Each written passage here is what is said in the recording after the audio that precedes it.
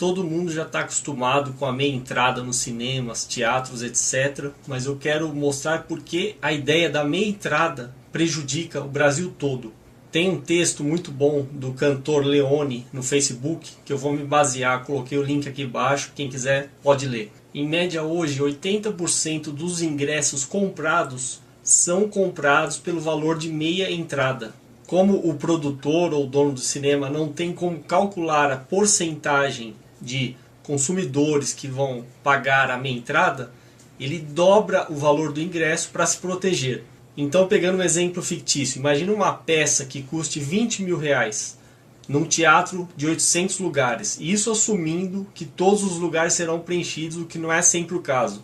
O produtor então teria que cobrar 25 reais, mas como quase a totalidade será de meias entradas, então ele dobra o valor para 50 reais o ingresso. E aí adivinhem, o estudante que paga meia entrada na verdade estaria pagando o valor normal que todo mundo pagaria. E quem paga o ingresso total é penalizado pagando o dobro. No final das contas, você desestimula quem não é estudante e tem que pagar o ingresso integral e impõe um valor fictício de meia entrada para quem é estudante, o que é absurdo por si só.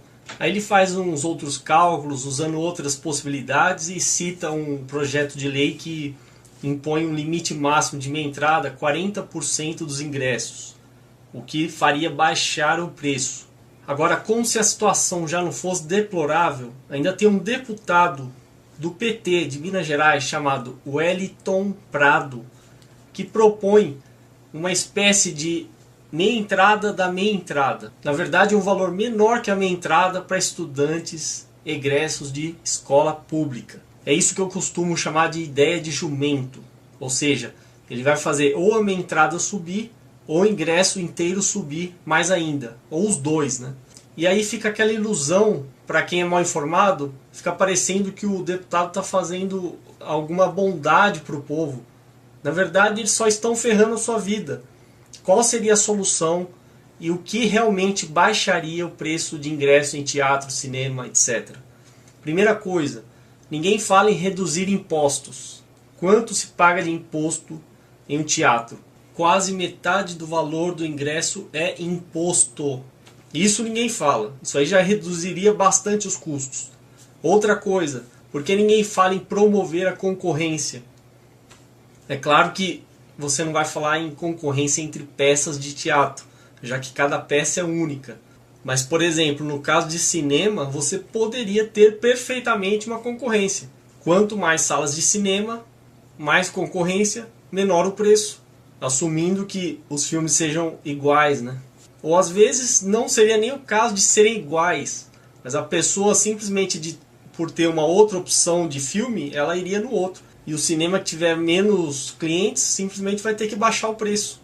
Então isso é basicamente um resumo de como o Brasil funciona. Ou seja, você tem um Estado inchado enorme, com peso enorme, uma carga tributária enorme em cima de todo mundo, e depois alguns paladinos da justiça, né, os salvadores da pátria, que são eleitos com projetos mirabolantes, fazendo parecer que eles estão te ajudando ou beneficiando aquele ou outro tipo de pessoa ou categoria de estudante ou pobre ou o que for. E para piorar, a maior parte da população, pelo menos segundo a enquete nesse projeto de lei do deputado de Minas que eu falei, aprova esse tipo de projeto. Ou seja, então realmente é um país de 75% de analfabetos funcionais que não sabem nem analisar criticamente as propostas e o que está acontecendo.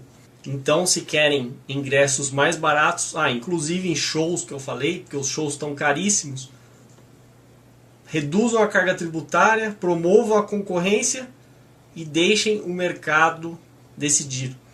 E isso sem contar que a gente está falando de um país onde tem várias cidades que nem cinema tem, né, por exemplo. E muito menos teatro. E muito menos saneamento básico.